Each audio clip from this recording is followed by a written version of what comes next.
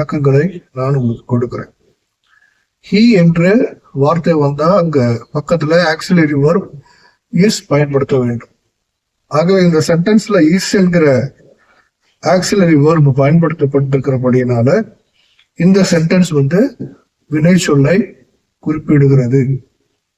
புரிஞ்சுக்கிட்டீங்களா? சரி, அடுத்து தி பேப்பர்ஸ் ஆர் ஸ்பாயில்டு. தி பேப்பர்ஸ் ஆர் ஸ்பாயில்டு. இந்த காகிதங்கள் அதாவது அழிக்கப்பட்டு விட்டது. சரிங்களா?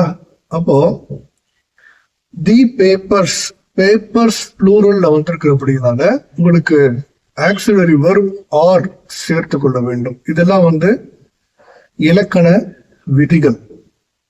நான் உங்களுக்கு வெறுமனே